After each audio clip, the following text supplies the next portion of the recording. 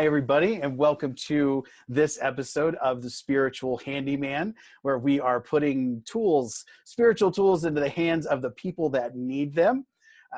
You can find us on YouTube, Instagram, Facebook. You can also find us at thespiritualhandyman.com. And please like, subscribe, share, reach out and be part of the community. That is what this is all about, is connecting you with the right folks and keeping ourselves building a network and a community of spiritually minded folks. And today we are going to talk about finding your coach. That is the title of the book by Melinda J. Kelly, who's joining us. And she is going to help us understand and ask the right questions about, do I need a coach? Who's the right one for me? And what do I want to get out of that? So really powerful information. We all at times need a coach. I know that I always have one in my life, and it's part of our growth process, but it can be a little bit daunting to figure out who that is and what we want from that relationship. So I'd like to welcome Melinda to the show, and she's going to give us a brief introduction. Take it away, Melinda. Well, first, let me say how delighted I am to be here. And I just love the idea of a spiritual handyman, that it's something that's in our life all the time, that it's in our toolbox, it's something we go to. So I just love the whole thought behind this, and delighted to be here. I believe we're all lifelong learners. And so as we go through life, we find people that help us, and sometimes we don't mesh with them. But it's understanding why we may not be meshing with them that helps us to continue learning and to be able to find the people that will give us the answers we're looking for. I, like many people, thought I had everything figured out, and I had a collision of events in my life. And suddenly I found myself in love with questions. Who am I? Where am I? What am I doing? Should I keep doing this? And it took me down a lot of different roads. And through that journey, I've sort of shared some of the things I discovered, because I found that I wasn't alone in my discoveries. So finding your coach, diving deep within, is discovering your relationship with people, the relationship with people you say you want to work with, and sort of who we are and where we're going. I love it. That's great that you shared a little bit of your story with us too, about kind of being in that place of looking for, what do I do next? Where do I go? And oftentimes, while we recognize that we've got to reach within, and we've got, we hear that cliche of diving within, but the reality is that every spiritual journey is eventually going to send you there. But along the way, we've got to find some tools, like you said, to put in the toolbox, some things that work for us. For some people that's yoga, for some people that's meditation, for some people it's repeated sessions with a certain coach. So that's that's where the answers come from, and it's worth checking into and following those things. So I guess one of the things for me, and because it's coming up that way, I'm going to be a tiny bit selfish and just ask this question, is how do you recognize when you're ready for a coach or when you need one? What does that look like? Well, most of us are fortunate to have friends that are wonderful and there for us and listen. But there comes a point that their limits will limit us. And the other thing we don't think about is when we change, it changes our relationships. And most people aren't very comfortable with change. So they may give us the best advice, but it's got a little bit of an edge to it, because they don't want, if we're talking about a new career, well, would we be as available to them? So little things like that. There'll come a point that the answers you're looking for, you're not finding the answers. And that might be where you need to work with someone. And there are a lot of people out there. There are a lot of people that offer courses online or webinars or seminars. There's community colleges. There's adult education. There are so many ways to get answers. but you need to sort of know what you're looking for first. There are so many internet TV shows. Like the And spiritual how handyman. about the spiritual handyman that opens the door for you to know you're not alone? And there are a lot of tools you could put in that toolbox. I'm gonna have you do a promo for me. You say it so smooth. It's very cool. So I love that you shared with us about having having a realization that there's only so much that you can learn from the space around you, right? You've got to kind of get out of that mold. You've got to stretch out of the space that you're in. And I've experienced that in my growth with clients and with my presentations, my speaking engagements in Colorado, where I'm from. And I really started last year getting outside of that demographic, and it felt really good to stretch and be in a different place, even in cities that I hadn't been in before, but also in other states. It was my goal to speak in a couple of different places, and that really opened my eyes to other cultural differences in places, and got me into new markets, and that was really positive for me, and it helped me connect with people for the show and possible coaches and people that are just super talented. So until you get out of kind of that safe zone, right, that it can be a little restricting. So what questions would I ask myself about a coach? Like if I find somebody that I'm drawn to, how do I kind of analyze that in a way that's not just, oh, this person's so great, right? How do we navigate that? Well, I was thinking as you were talking, all the best stuff happens when you get to the edge of your comfort zone. It's not my quote, but it's one that just continually is true. When you're looking at someone to work with, I like the phrase, trust but verify. Ask your friends. We're so spoiled that we can put something on social media and get 75 replies, each different. When you meet with someone, it's good to know, are you relating to them as someone you'd like as a friend, you'd like as a mentor? Are they someone you just think is pretty cool? There are a lot of reasons we get drawn to people.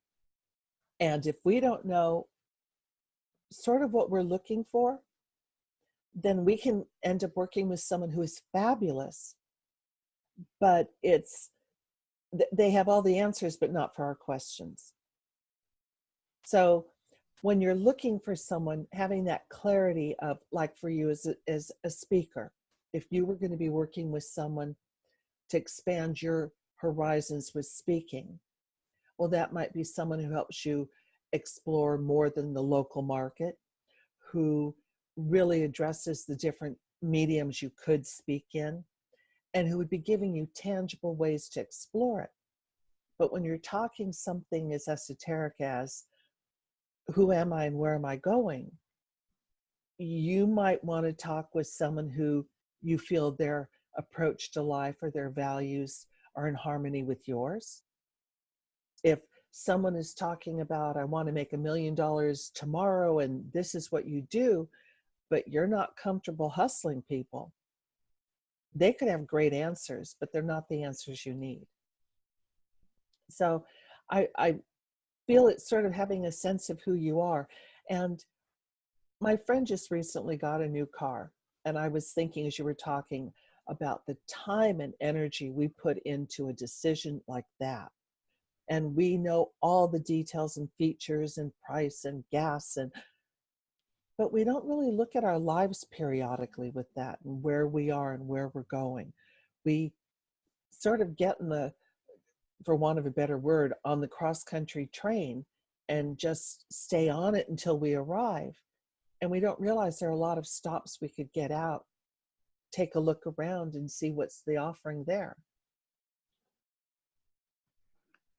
That is a really good point. And I love the analogy of the car, because I just made that decision, and I took a lot of time to look things up and to verify in multiple places the information that I got, not just, one report, but looking on multiple reviews. And like you said, with the social media, putting it out there and asking and getting so many different replies. And it really, it's almost like you're gathering the information to make the decision so that within, right? Because you kind of have to satisfy the curiosity and the wonder before you could get there. And I think a lot of people take more of an emotional approach rather than, and one of the keys I think that you shared there, and I really appreciate that, is do they have the answers to my questions, right? They could have great answers, but are they the answers to my questions? I think that's a super powerful tool that we just kind of skip over because we get caught up in this person's so great. But are they a mentor? Are they a friend? Are they just someone that's really neat? So that's good stuff. Well, thank you. Yeah, thank you. Thank you. That's really valuable, especially with something as personal as finding a coach, because that's a relationship that you're going to have over a period of time. And a coach is, by my definition, and feel free to elaborate or correct me, but by my definition, a coach is not a friend. Is that's somebody that is helping you through, whatever it is you're trying to get better at, whether that be in sports or physical or, mental or in spirituality. Would you say that that's an accurate statement? Am I close to the mark on that? I would say that's a very accurate statement, because we come to them in need and our relationships with them will change. If our friends had the answers, we wouldn't have gone searching.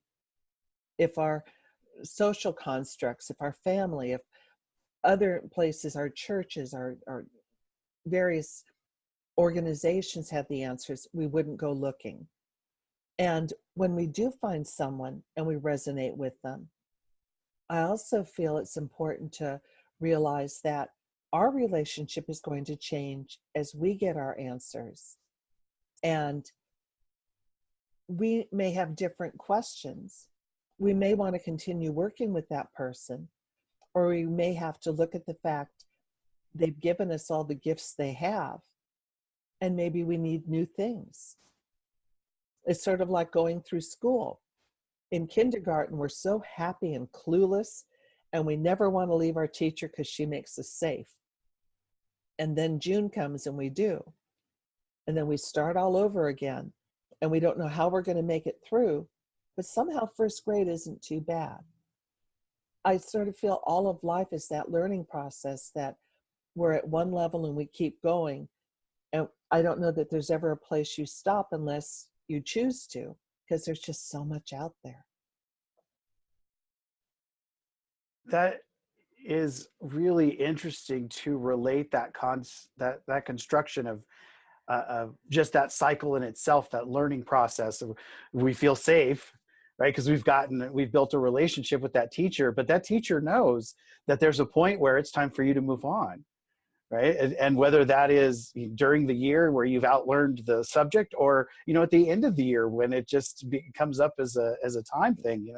You've completed the cycle of the syllabus and all of that. So I find that life is in such cycles that it makes sense that would continue on, and we would still have that sort of ingrained in us. So getting to the end of a relationship and moving on to the next one in that capacity. I'm not saying we should do that in all our relationships, but especially with our teachers and our coaches, that's really powerful. One of the things that you focus on too is understanding what it is that people want to get out of what they're coaching. Like okay, I need a coach. I found somebody that I really like. Now, what are my expectations? How do we form kind of that end game? Because for me, I can see this is what I want, so I need to kind of reverse engineer that. Now, other people are about the process, but I kind of have to look at the goal and work backwards, right? That's how it works for me. So how do we make that work? Well, there are a lot of questions in the question. One is, we need to know how we work with people first. there's something I know I've done, and as I've mentioned, a lot of people have said they do it too, is I'm so smart, I'm stupid. And I can sit in a room and someone is talking away, and I'm like, well, I know that. I know that. I know that too. And I'm so busy being smart, I'm not hearing the things they're saying that could help me. So that's the way that I am accidentally holding myself back. There are things that like that we do that once we realize our traits and tendencies open us up to be able to hear what someone is saying. And conversely, there's some people, it doesn't matter what they say, you're just not going to resonate. And I use the example is Spanish and Portuguese are two very similar languages. But if you go into a room where they're speaking Portuguese and you only understand Spanish, you'll get something, but you won't get much. It's true. It's true. If you're listening with your Spanish ears, the Portuguese isn't going to give you the same meaning, Mm-hmm. right? And we've gotten into such a pattern of connecting with what we do know that we're missing what we don't know. Mm-hmm.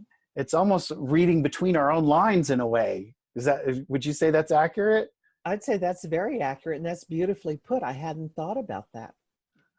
Looking for the spaces where we can listen. That's one of the things that I find for myself as a communicator. That is a clear sign that I need to shut up and listen, as if I'm talking too much or I'm agreeing too much, right? You get the constant nod. Yeah, I get that. Then I go, wait a second, I get it, but am I really hearing? If I understand it, then there's probably another layer underneath of that same understanding with this person that you can really communicate in a deeper way. And for me, when I'm looking for someone as a mentor or a coach, I'm really looking for having almost the two conversations, right? There's the one that's happening that's here, that is our daily conversation, but there's almost like a higher self connection as well. And I get that kind of energy, that kind of amplification, right? I get kind of a physical buzz going on a little bit. And that always helps me understand, like, this person's really cool and they've got a lot going on, and I could really benefit from spending time with them. I think that's beautifully said, because if there isn't something they're challenging us gently towards, then really, why are we with them? And to sit there and look at it, the two levels of the immediate, oh, this is great, but the future, and this could be greater, is a really lovely way to look at the relationship. That's really good. I think we both kind of got to the same place in a really cool way. So thank you for elaborating and bringing it from your point of view as well. So along with figuring out when do we need a coach, what do we what do we want from being a coach, or having a coach? What's something you can share with us about how do we recognize if we're getting out of it what we need, right? Are we hitting the mark for ourselves and what we expect? That's something where we need to just be honest with ourselves, and sometimes we don't want to be. Sometimes we're having so much fun being busy, we don't realize that we're running as fast as we can and staying in place. And that would be a clue that maybe this isn't working, or maybe you've hit your place of knowledge and need to move on. I found with most coaches, they are holding, and this is a friend's phrase I love, they're holding the perfect thought for you. They're holding space in their heart for your future, for your best self. And that if you feel that and feel understood, heard, and appreciated while you're being gently challenged, you found someone fabulous to work with. And there will come a point that you say, thank you, I need to move on. But that doesn't necessarily mean that you've left them, because you will still stay in touch in different ways. And you'll still reflect on what they've said to you. That's so true. Mm.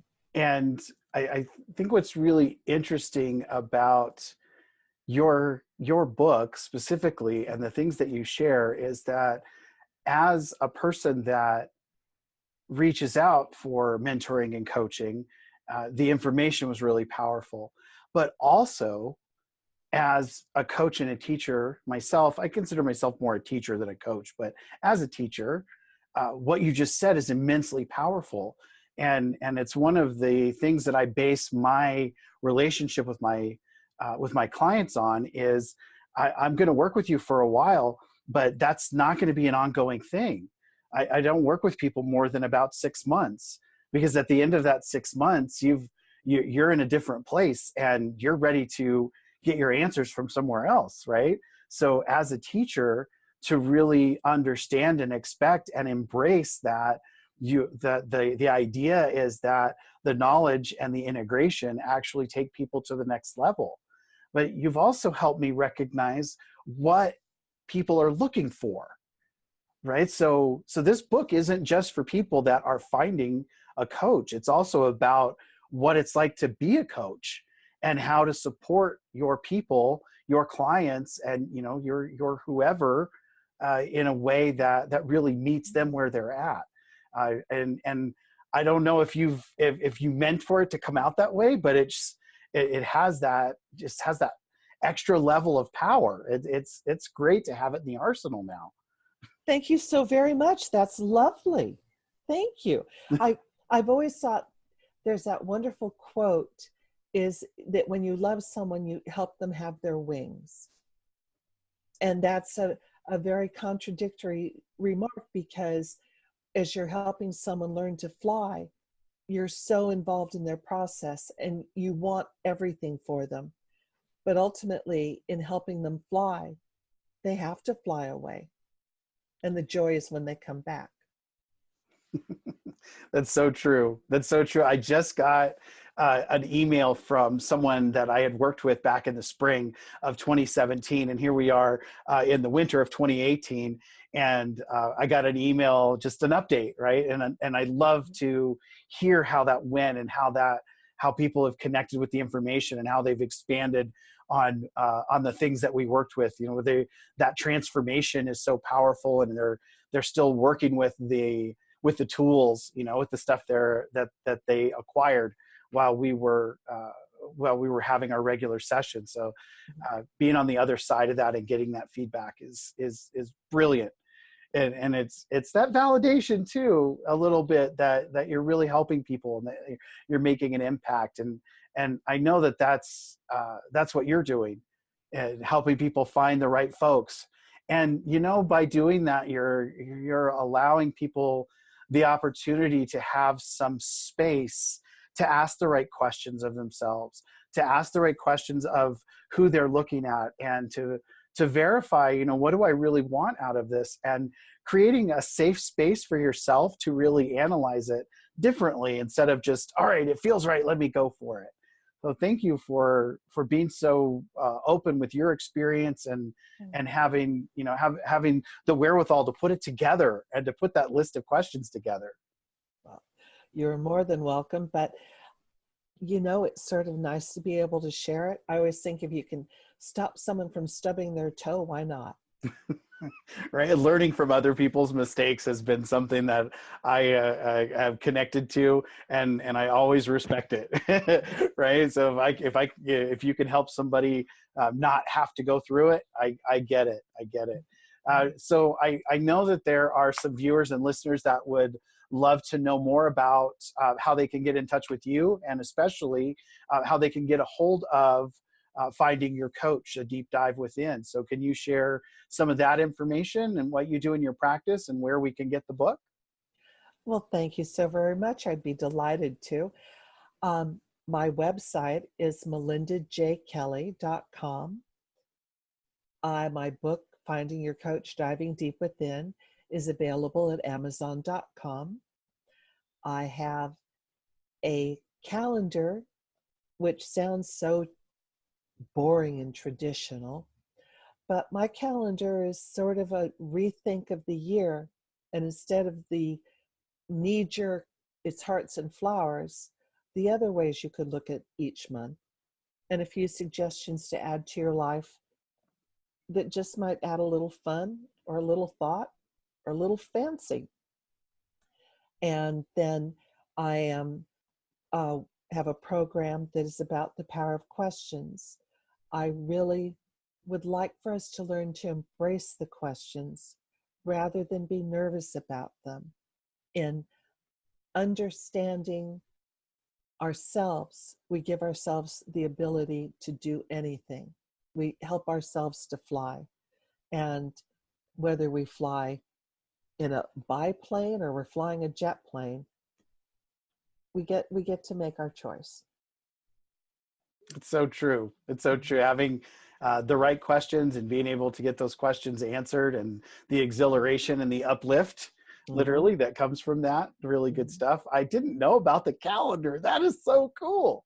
I love that you have a calendar. That just excites me all in itself right there. So you guys check it out at MelindaJKelly.com, and you can get the book, Finding Your Coach, A Deep Dive Within, like she said, on Amazon. It's also available on Kindle, so you can have that instant gratification, have it in your hand today to know what questions you need to ask when you are looking for your next coach or mentor. And on behalf of the Spiritual Handyman community, Melinda, thank you so much for taking the time to share your views and your experience, and all the great little things that you've reminded us that are so powerful in our lives. Thanks for being on the show today. Well, thank you so very much for having me, and thank you for giving me some additional food for thought, or some tools for my toolbox. I love it. That's what we're all about. That's what the Spiritual Handyman community is for. Thank you so much, all to the viewers and listeners. We appreciate having you. You remember, please, to subscribe, like, share, push all the buttons, have all the cool stuff, fun going on underneath.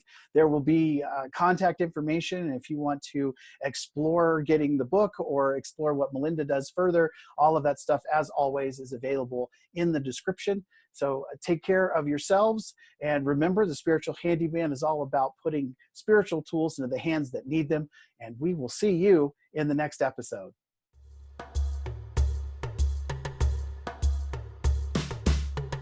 The Spiritual Handyman, bringing spiritual tools to the hands of the people who need them. Sponsored by the Eagle Heart Foundation. The Eagle Heart Foundation is a 501c3 nonprofit organization that brings charitable contributions and educational enhancements to the people. So how can you be a part of the Spiritual Handyman and the Eagle Heart Foundation?